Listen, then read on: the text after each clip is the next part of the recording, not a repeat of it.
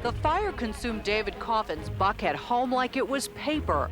Got a call from the fire department that there was a body inside.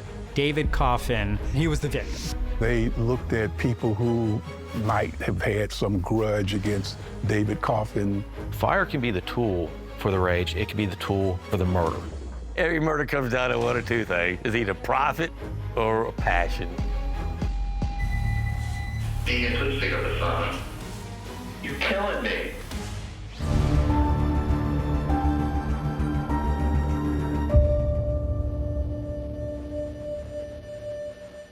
On the night of December 10th, 1996, the Atlanta Fire Department responded to a call at a home that was engulfed in flames in the upscale neighborhood of Buckhead. Inside, they found the body of a man and called police to the scene. Detectives suspected foul play, but it would be years before they could make their case.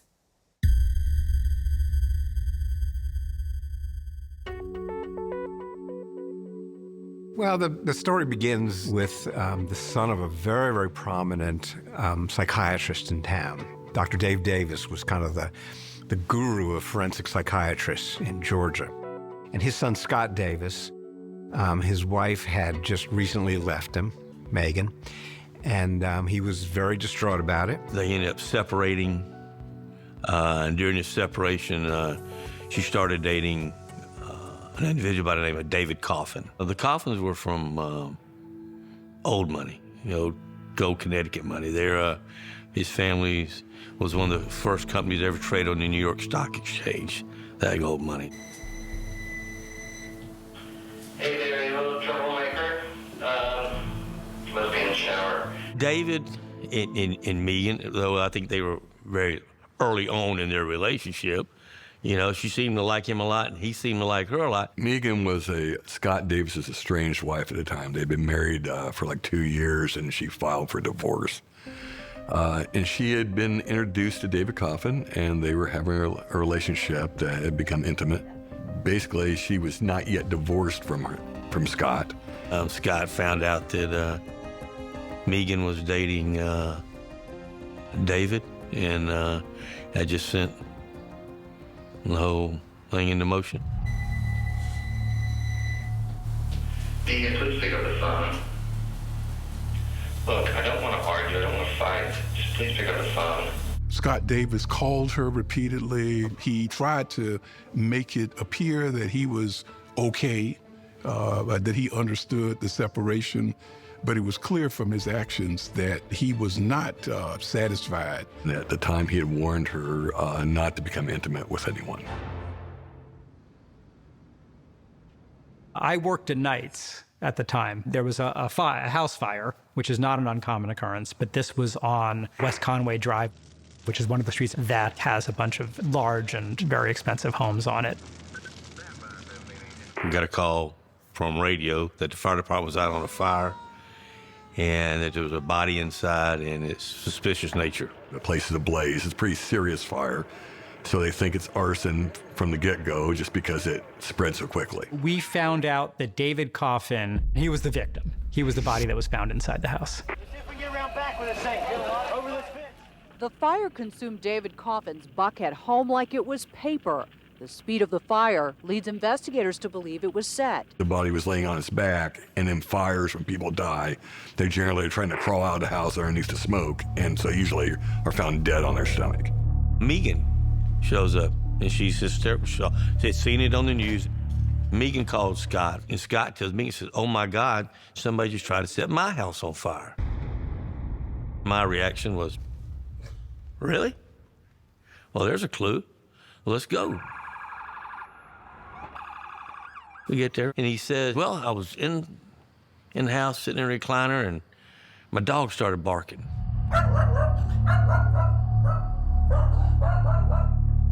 And he says, "I grabbed my shotgun." He goes outside to find somebody starting a fire on his stone patio.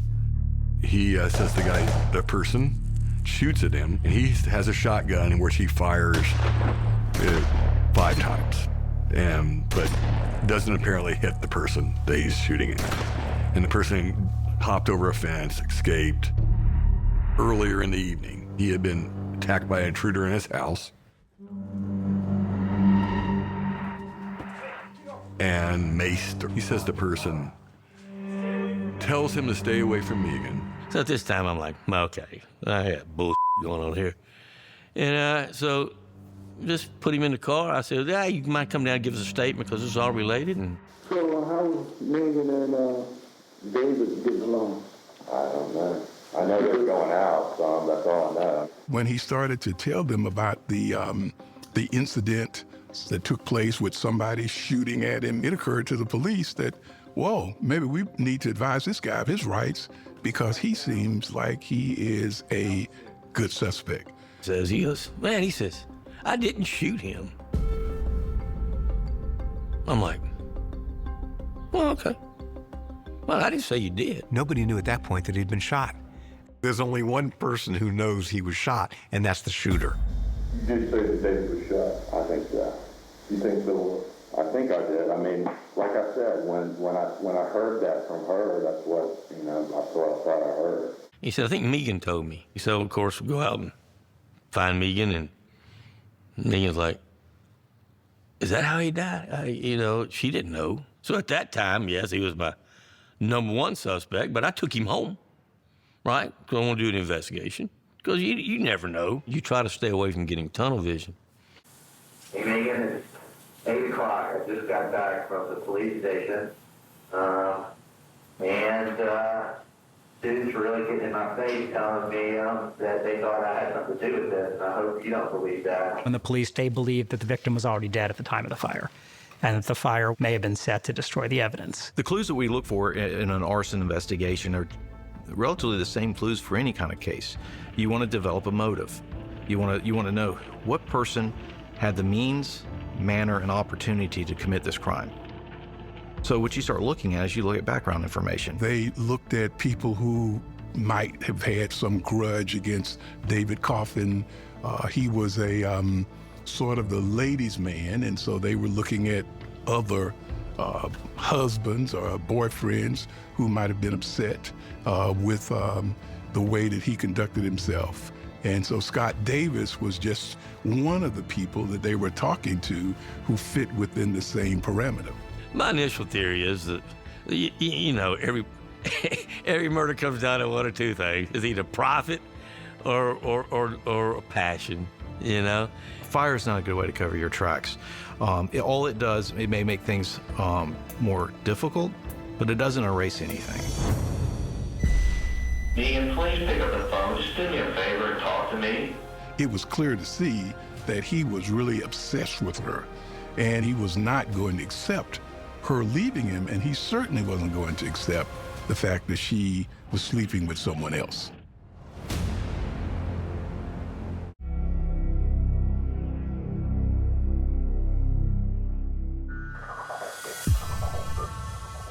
The raging blaze destroyed much of the physical evidence at David Coffin's home.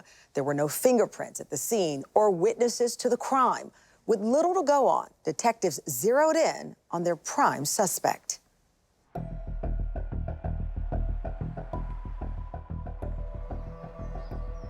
When this case first started, literally the very next day, I called the Fulton County District Attorney's office because I knew who Scott's father was, and I knew the political ramifications.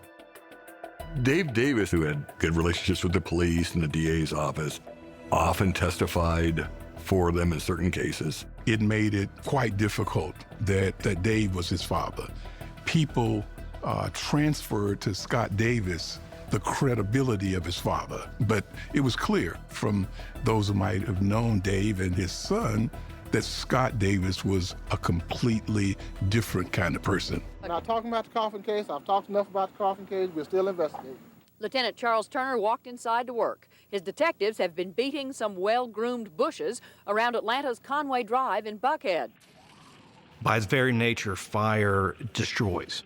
Now, you ask any criminal investigator, what does he want on his crime scene? He wants to be pristine. So what do you have when you have a fire? You have the fire doing whatever it's going to do, whether it's going to cause some structural collapse, it's going to destroy certain things. Well, as far as a homicide scene, there is no tougher one than an arson or a fire scene. In the initial story that Scott told us, you're just building layers of circumstantial evidence on top of it. You know, you're just building a brick wall. We spent a lot of time talking to Megan, his estranged wife. She supplied a number of emails and letters from Scott Davis, and it was clear to see that he was really obsessed with her, and he was not going to accept her leaving him, and he certainly wasn't going to accept the fact that she was sleeping with someone else. I want to talk about this stuff and get it over with.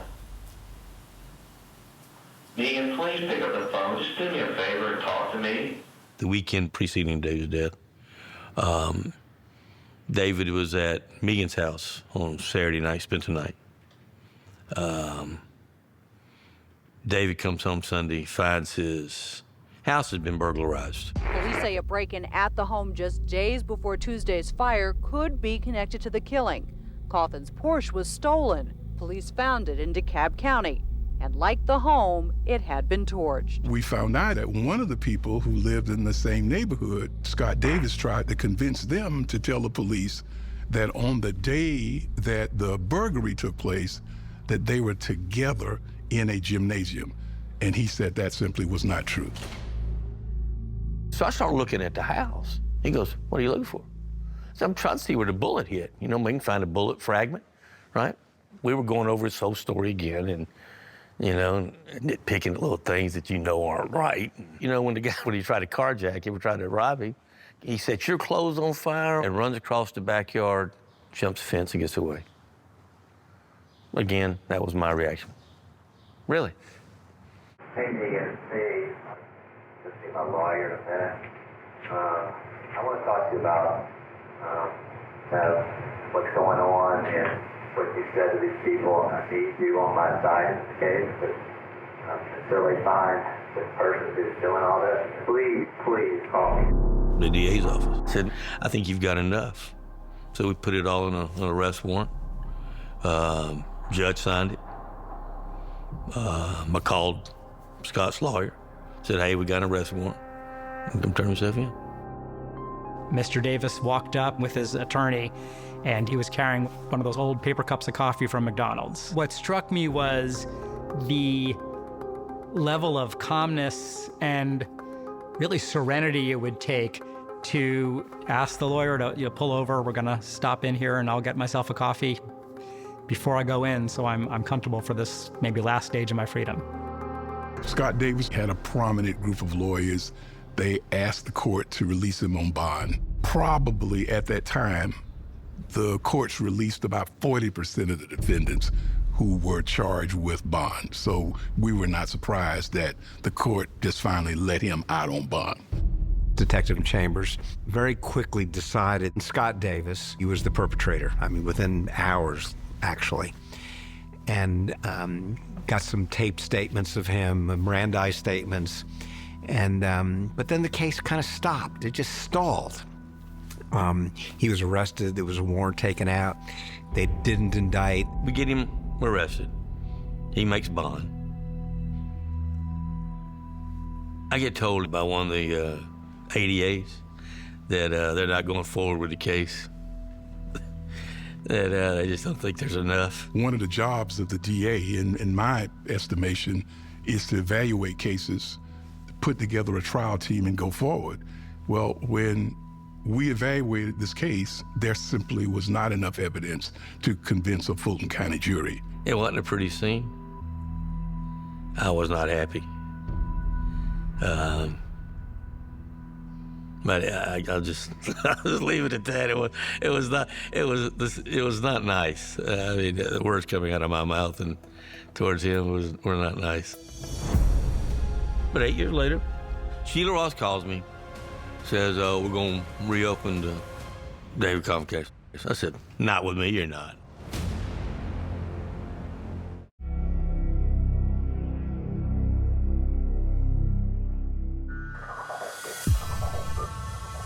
With charges against Scott Davis dropped, the case went cold, very cold. Detectives simply had no other viable suspects. It seemed that David Coffin Jr.'s murder would go unsolved until a bizarre turn of events in California.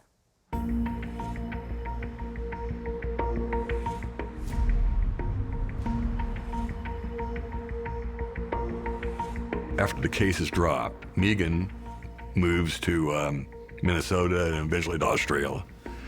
Scott moves to Palo Alto, California.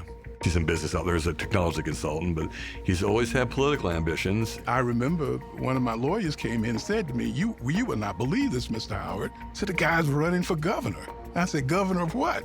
And they said he's running for governor of California.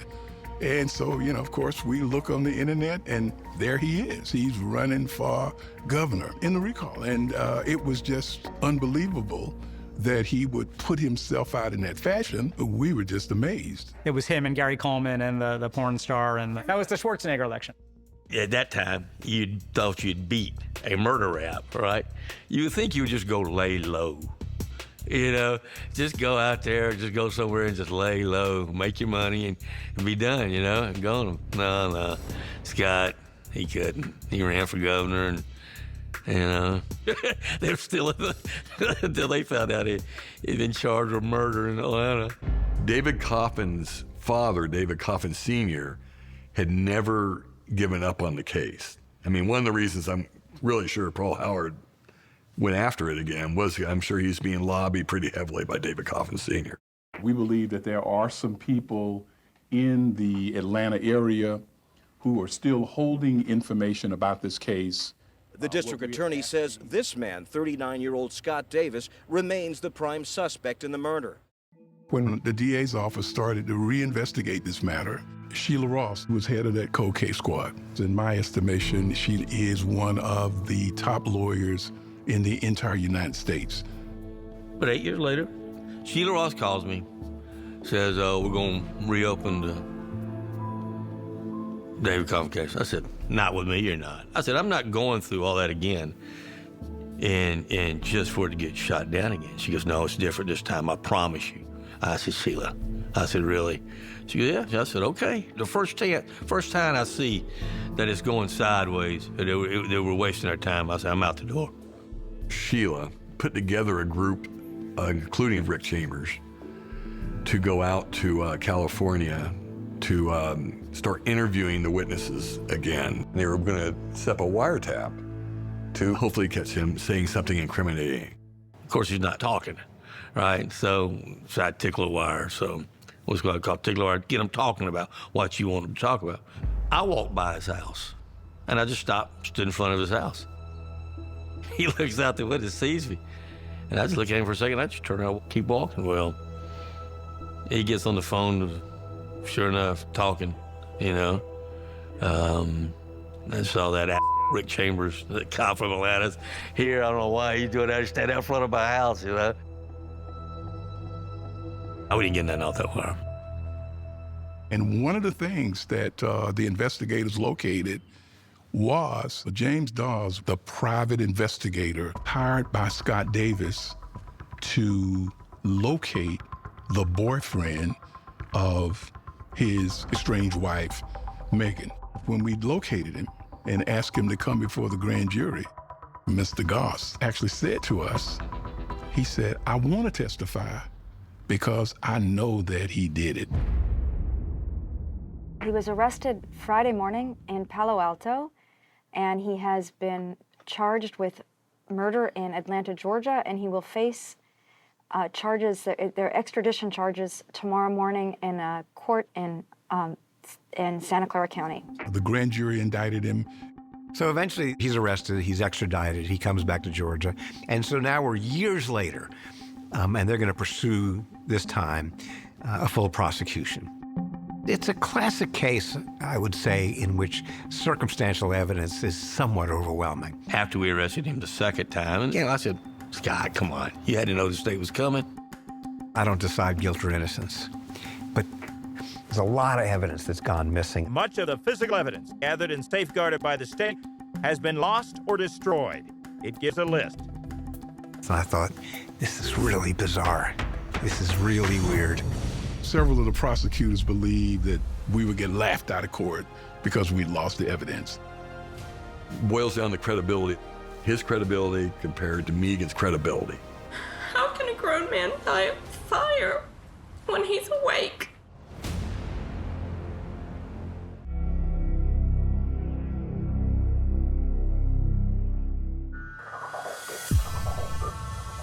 The trial of Scott Davis began nearly 10 years after David Coffin Jr. was killed. He was facing life in prison for murder. Yet the prosecution had no witnesses, fingerprints, or DNA. But the case was built on other evidence.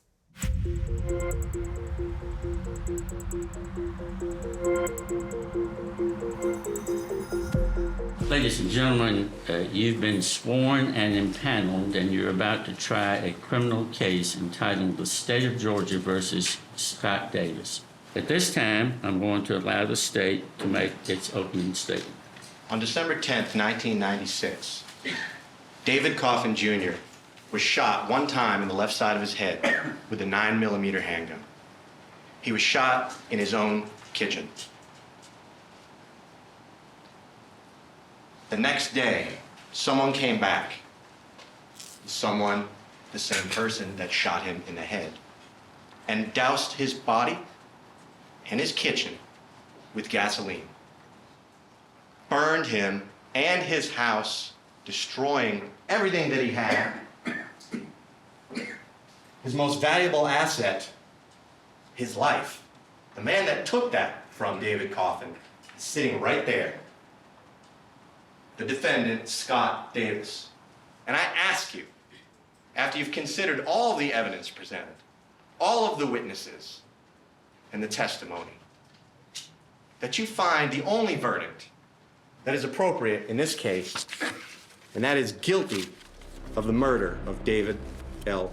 Coffin Jr.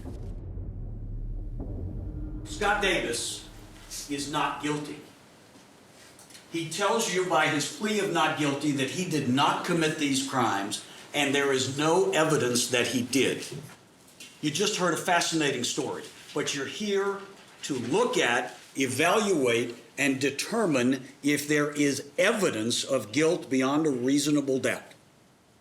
There is no evidence that Scott Davis ever went to the home of David Coffin. None. There are no fingerprints. There is no fiber evidence linking Scott Davis to any of these crimes. There is no DNA evidence linking him to any of these crimes. There is no hair evidence. There is no blood evidence. There's no witness. But the evidence that existed in this case, what evidence there was, has been destroyed by the police or lost by the police, and I don't have that evidence. I can't take it and answer the questions for you. I cannot do that. They've prevented me from doing that, either by design or by ineptitude, whichever it was. I can't do it. They lost it, destroyed it, or never even investigated it. Several of the prosecutors believed that we would get laughed out of court because we lost the evidence. But if you were going to try a case, a difficult, complex case, why would you want to get rid of the evidence? It would seem that the state in this case would want to keep the evidence. Nobody from the police department would have got rid of it. We had no reason to destroy it and get rid of it, right? None of us. The fingerprints that were taken from the Porsche, destroyed. The Porsche itself, gone. The Beretta that the state claims is the murder weapon, gone. Complete absence of care taken to preserve evidence with what was still an ongoing open case during all those years. The problem with that whole theory was that you'd have to prove that they did it intentionally, that the police intentionally destroyed favorable evidence. We couldn't prove that. State your name and spell it for me in the record. It's Megan Bruton. Megan's testimony was absolutely powerful. She made it real. She made it palpable. Previously admitted into evidence of State's Exhibit 4, so that we are clear for the record. Do you recognize the person in State's Exhibit 4?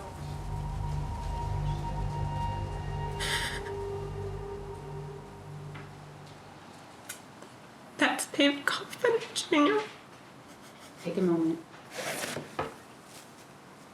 Is that the person that you were dating? It was, yes. Did the defendant become aware that you were dating Dave? Yes, and he asked that I stop seeing David, and I said no. Sheila Ross had to show that Scott was obsessed with Megan. She does that through emails, texts, phone records. Friday night, December 6th of 1996. Did you hear from the defendant that night? I did. Can you tell us when and how? It started calling in the middle of the night. He was crying and saying, "Is David with you? I know David's with you." After midnight on December 8th, 1996, estimate how many times he called you between 12 a.m. and 8 a.m. I would probably say 35.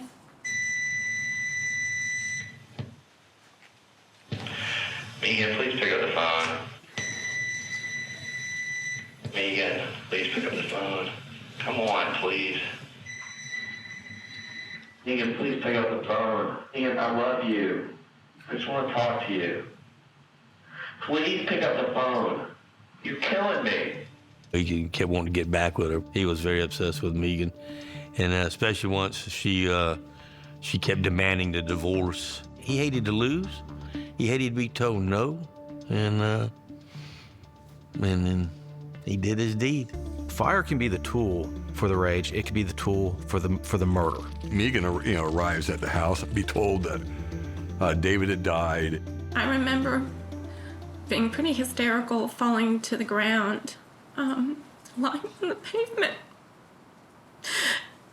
asking him, how can a grown man die of fire when he's awake? And he said he didn't die of the fire. And what did you do after that? I called Scott. I just remember saying, David's dead, somebody burned his house down, and I could hear in the background radio, like walkie-talkie kind of things. And he said, oh my God, the police are here with me. And they said they had just come from a scene in Buckhead where a guy had been shot in the head and his house had been burned down. The evidence against Scott Davis is that he said, to the police officer, I didn't shoot David, which he shouldn't have known the cause of death. He says he talked to Megan on the telephone, and Megan told him that. You placed a phone call to Jennifer Janikova. Yeah, at one point in the evening, yes. And you said to her, oh my God, David has been shot in the head and his house burned down, didn't you? That's what she recalls, yes. I believe I did say it to her. You did not tell Jennifer Janikova Scott Davis told you anything about anybody being shot in the head, did you? No, because at the time I felt that he was relaying information from the police that were at his house. At the time, you didn't tell her that because Scott didn't tell you that. Scott did tell me that. The case boils down to credibility. His credibility compared to Megan's credibility. If you're a reasonable, logical type person in any sense whatsoever, you realize that this whole story that he concocted just makes no sense. Again, the aha moment for the jury was the audio tape of the interview. I think so, yeah. But, I mean, you did say that David was shot. I think so.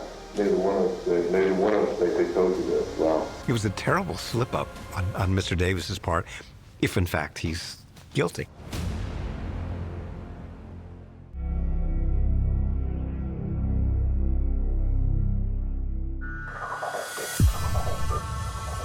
Next on the stand was Detective Rick Chambers, who would present the state's key piece of evidence. That was the audio interview between police and Scott Davis in the early morning hours of December 11th, 1996.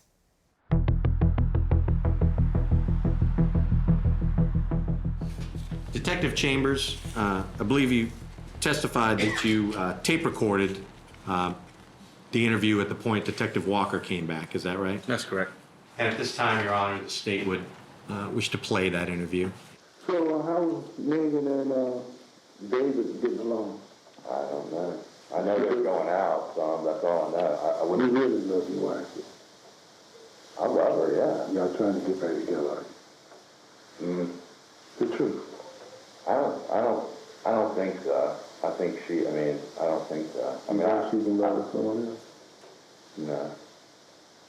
She's trying to get back with you? No.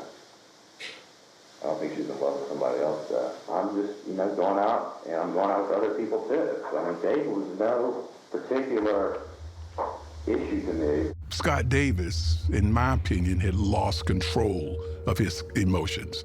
When he could not control the situation, he lost control. Earlier you stated that, we'll take a walk again, and you stated that David was shot.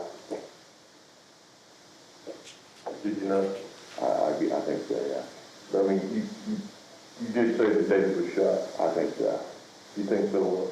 I think I did. I mean, like I said, when I heard that from her, that's what I thought I heard. You thought you heard Megan? That's right. Yeah, that's what I think I heard her say that. It was either her or Clayton that told me that. Neither one of us they told you that. Well, This is the kind of the key to the case. Incredibly damaging evidence that he thought he was talking himself out of it. It was a terrible slip up on Mr. Davis's part, if in fact he's guilty. Am I being arrested here?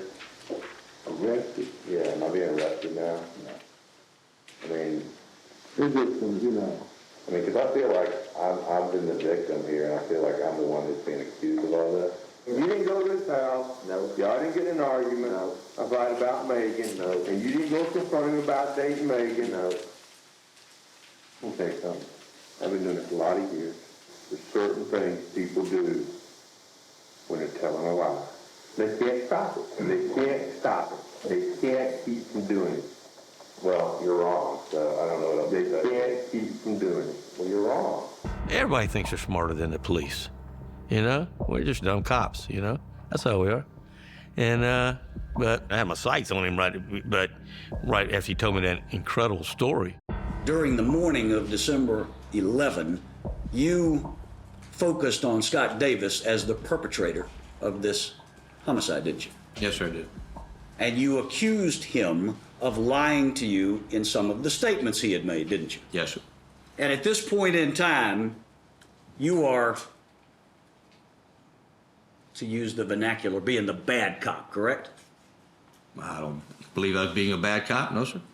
You are attempting to intimidate Mr. Davis, aren't you? I was simply trying to gather the facts. You deny that your purpose was to intimidate him and panic him? I deny that my purpose was to intimidate. I was not intended to intimidate him. How about Panic him, maybe. Okay, okay. If you're a cop and you've got a good case, right? And you've got a good case. What's a defense attorney going to do? He's not going to attack the case, right? Because he can't win the case. So what does he do? He attacks the detective. Was the protocol followed in this case with the evidence in DeKalb County? DeKalb County destroyed the evidence. They were asked to preserve it, and they destroyed it. When did they destroy it? I believe it was, I'm not sure, I believe 2001, I think maybe. When did you find out? When Miss Ross stated that we were starting the investigation again. That was 2005? Yes, sir. So from 1996 to 2005, you had no idea what DeKalb County was doing with the evidence? No, sir. What happened to everything else? I do not know, sir. Do you have any record that Atlanta property received and maintained that evidence? No, sir. None? None. Nothing? Nothing. The stuff just disappeared. There's a lot of sloppiness. If you're really cynical, you'd think that the prosecution and the police were hiding the evidence, destroying it because it was exculpatory, that it favored the defense, so they wanted to get rid of it. Unlikely, in my opinion. My name is David Coffin. This story was the story of two dads. In a lot of ways, you had Dave Davis and David Coffin Sr., who have been, very prominent in the whole saga. When is the last time you spoke to your son, David? I spoke to him the weekend of Thanksgiving. At some point, Mr. Coffin, did you establish a reward for information regarding the death of your son? I did. And why did you establish a reward fund? To try to help the case move along. I'm sure the case would have gone away except for David Coffin Sr., because he was so prominent and so involved. Did you talk to the police on the 12th? Or any other day? Yes. Detective Chambers, and it was early in the morning. Detective Chambers told you something. Is that right? Yes. What did you say in response to what Detective Chambers said to you? I said, let me speak to Scott. He's in the room. Did you speak to Scott? I did. What did you say to Scott? I said, Detective Chambers is on the phone. Detective Chambers says that he has proof positive that you killed David Coffin. Detective Chambers said that you might kill me tonight, that my life is in danger, and that I had better lock my door if I'm not going to bring you in. Did you bring him in? No. Did anyone other than Detective Chambers request that you bring him in? No. Scott Davis's father, Dave Davis, I have the utmost respect for the man. I really do. In all these years, there's never been anybody else who can come to the forefront. There's no doubt in my mind Scott Davis killed David Coffin. You know, the defense had every reason to think they might win that case. Have you reached the verdict? Yes, we have, Your Honor. Defendant, please rise.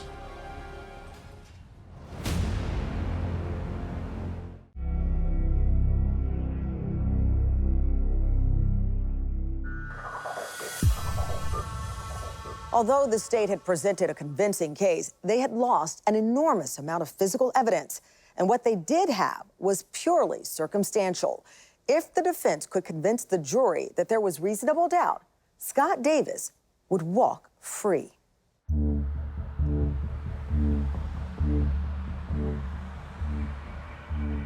At the end of this week, it'll be December 2006. It has been 10 years since this defendant executed David Coffin in the privacy of his own home. It's been 10 years since he poured gasoline on his body and set him on fire. And the evidence has shown in this trial that for 10 years, he has gotten away with murder. A lot of things have happened in those 10 years. Megan, one of the first witnesses you heard from in this case, is remarried, moved out of the country, has a family, 2 young boys. Sergeant Chambers, who was a detective in homicide in 1996, is now a supervisor in the sex crimes division. The defendant himself moved out to California, lived in La Vida Loca for the last 10 years. But David Coffin still remains in his grave. And for 10 years, his family has waited for justice. We had presented the case. The way that I felt is we had done our jobs. We looked at Megan and we looked at Scott Davis and we looked at what had happened in this fire and David Coffin getting shot. And we believed that the jurors would ultimately find the truth. Scott comes into this courtroom with a presumption of innocence. That's the rule. Presumption of innocence is like a suit of armor. It surrounds Scott from the top of his head to the bottom of his feet. And the prosecution has to marshal in evidence. It's their burden of proof. That's the next person. And it lays right here at the prosecution table. And they have to put in such convincing proof that there's no more armor on Scott. He has to be naked. So if there's some armor on his elbow, the verdict is not guilty. If there's some armor on his knee, the verdict is not guilty.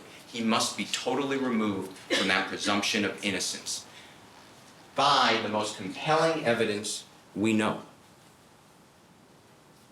Evidence that satisfies your mind beyond a reasonable doubt. You have one reasonable doubt. You knock on the door, the verdict's not guilty.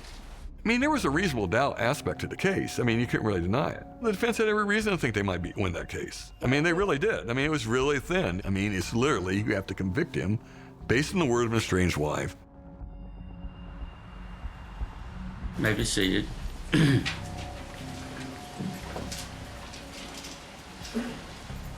Have you reached a verdict? Yes, we have, Your Honor. Defendant, please rise. Mr. Foreperson, will you please read your verdict? Your Honor, on this fourth day of December 2006, in the case between State of Georgia versus Scott Winfield Davis, as to count number 1, malice murder, we, the jury, find Scott Davis guilty. As to count number 2, felony murder, we find the jury find Scott Davis guilty. And as to count number 3, felony murder, we, the jury, find Scott Davis guilty. When I heard guilty in this case, probably the first thing that came to mind was David Coffin Sr. And the reason I say that is because, he came down to Atlanta before, and he was here during the trial. And it was so clear that he had such great love and admiration for his son. Justice in our minds has been done, and we can go forward from here. And that's what my family and I all wish. The jury, in this case, looked at Scott Davis's stories and had to conclude they just didn't make any sense, and they chose to believe Megan and not Scott, because Scott's telling this story that she told him about the gun, but he's also told these other 2 stories that stretch credibility. Davis, you've been found guilty of the crime charged, and I sentence you to life in prison.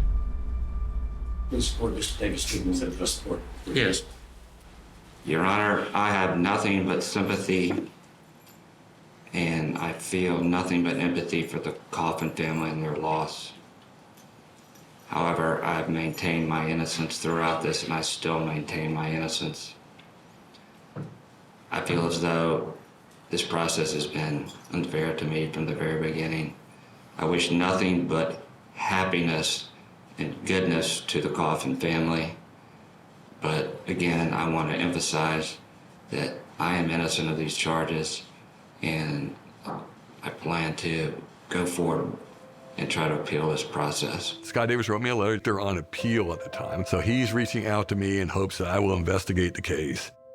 But there's nothing to prove here, okay, from my standpoint. There wasn't enough other evidence that would have exonerated him that much at the trial. And I was hired after the trial was over to participate in the new trial motion, which is a hearing held after trial, and then did the direct appeal to the Supreme Court of Georgia. I was not shocked that the Supreme Court, upheld the conviction, that they affirmed the conviction. So I think the uphill battle really was not so much that it was terribly unfair that the defense lost access to all this evidence, is there was no remedy, because the evidence is never going to be found. So even though it took quite a while for it to happen, it might have been slow, deliberate, but in the end, justice was served. Scott Davis is currently serving his life sentence at Phillips State Prison in Beaufort, Georgia. He still maintains his innocence. I'm Tamron Hall. Thanks for watching Someone They Knew.